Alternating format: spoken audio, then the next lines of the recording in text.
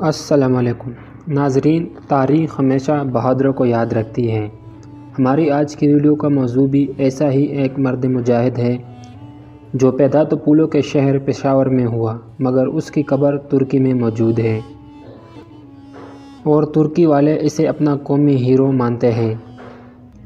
تاریخ کے اس عظیم جنگجو کے کارنامے آج بھی ترک داستانوں کا حصہ ہیں۔ ناظرین، پٹھان قوم کے اس بہادر سپوت کا تعلق پشاور سے ہے۔ دنیا اس مرد مجاہد کو عبدالرحمن پشاوری کے نام سے جانتی ہے۔ ناظرین، عبدالرحمن پشاوری کون تھے اور ترک انہیں اپنا ہیرو کیوں مانتے ہیں؟ ہم اپنے ناظرین کو عبدالرحمن پشاوری کے کارناموں کی پوری داستان بتائیں گے، تو چلے ہم اپنے ٹاپک کی طرف چلتے ہیں۔ 18ویں صدی کا آخری دور ہے۔ ٹیپو سلطان کی شمشیر ابدار ایسٹ انڈیا کمپنی سے جنگ کے دوران ٹوٹ گئی اور دکن کا سارا نقشہ الٹ پلٹ ہو گیا۔ پھر اودھ پر انگریزوں نے زبردستی قبضہ کیا اور آخر کار 1857 کے ہنگامے میں مغلیہ سلطنت کا ٹمٹماتا چراغ بھی گل ہو گیا۔ ایک شمع رہ گئی تھی سو وہ بھی خاموش ہے۔ 1857 کا خونی ہنگامہ مسلمانوں کے لیے نہایت روح پر ثابت ہوا اور اس سے نہایت دورس نتائج پیدا ہوئے۔ اس ہنگامے کے بعد انگریزوں کی گرفت اتنی مضبوط اور منظم ہو گئی کہ اس وقت اس کو ماننے کے علاوہ اور کوئی چارہ کار نہ تھا۔ اس وقت مسلمان چکی کے دو پارٹ کے درمیان پھنس رہے تھے۔ ایک طرف تو ہندو تھے جو اپنی محکومی کا 1000 سالہ بدلہ لینے کے لیے تیار ہو رہے تھے، اور دوسری طرف انگریز کی نئی حکومت اپنا تسلط مستحکم کرنا چاہتی تھی۔ یہاں یہ واضح کرنا ضروری ہے کہ ہندو کی نژاد شانی انگریز کی زیر بار احسان ہے۔ اس میں شیواجی کی مفروضہ ہندو پرستی کو کوئی دخل نہیں ہے۔ عرض چکی کے یہ دو پارٹ مسلمانوں کے لیے نہایت زبرد آزما اور ہمت شکن تھے۔ سر سید احمد خان نے چکی کے اس پارٹ سے بچنے کا یہ راستہ نکالا کہ انگریزوں کی حکومت تسلیم کر لینا چاہیے اور مغربی تعلیم حاصل کر کے آگے بڑھنا چاہیے، اور پھر نتیجہ قدرت اور تاریخ پر چھوڑ دینا چاہیے۔ اس سے اتنا ہوا کہ مسلمانوں کو تھوڑا بہت سر اٹھانے کا موقع مل گیا۔ میرے والد خواجہ غلام سمدانی مرحوم انگریز کو اچھا نہیں سمجھتے تھے، مگر حالات سے مجبور تھے۔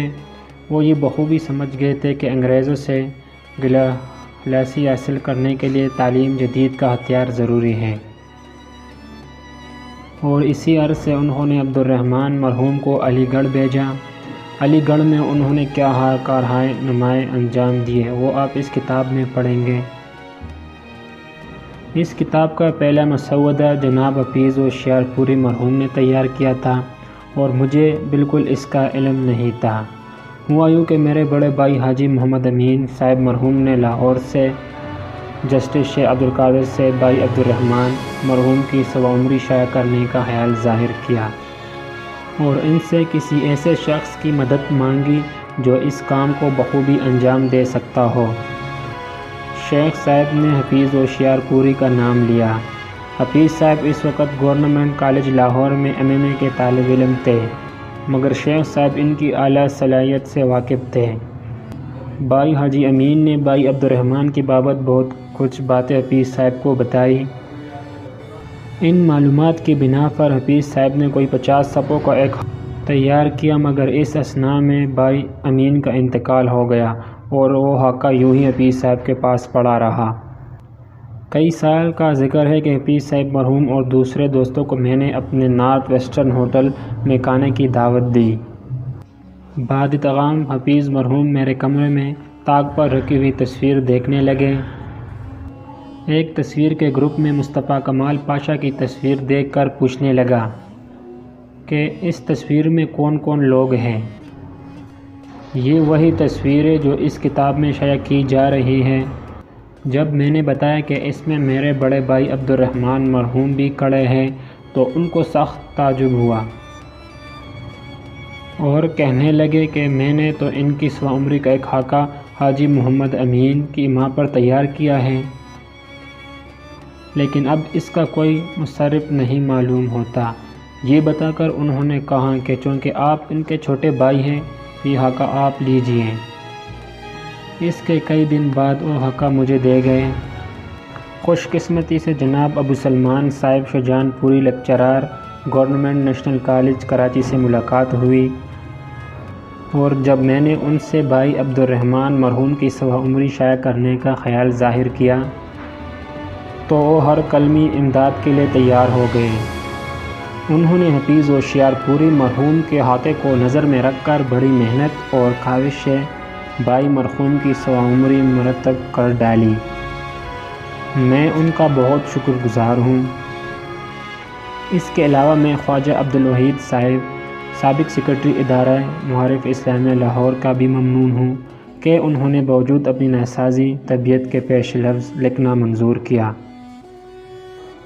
خواجہ صاحب رؤوف بے سے لاہور میں مل چکے ہیں اور اس کا حال آپ انہی کے قلم سے پڑھیں گے۔ خواجہ صاحب نے بعض تصویریں بھی عنایت کی اور اس کتاب کی بابت چند قابل قدر مشورے بھی دیے۔ ان کے علاوہ میں اپنے ہمشیر محترمہ شیرین تاج کا بھی ممنون ہوں، جو اس سے قبل بھائی عبد الرحمن کے حالات اور ان کے بمبئی اور استنبول سے بھیجے ہوئے خطوط ایک رسالے کی شکل میں شائع کر چکی ہے۔ اس رسالے سے جنگ بلقان کے بہت کچھ حالات معلوم ہوئے۔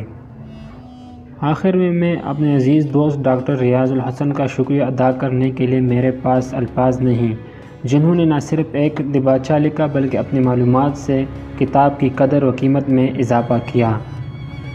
حقیقت یہ ہے کہ انہی کی رہنمائی و دستگیری سے میں اس مقام پر پہنچ چکا ہوں، جو ہمیشہ مشفقانہ انداز میں میری راہبری فرماتے رہیں، اور ان مومنوں کے متعلق جو رائے حق میں دادِ شجاعت دیتے ہوئے اپنی جانفرین کے سپرد کر گئے، انہیں مردہ خیال نہ کرو، وہ زندہ ہیں، اگرچہ ان کی زندگی کی حقیقت کو سمجھ نہیں سکتے۔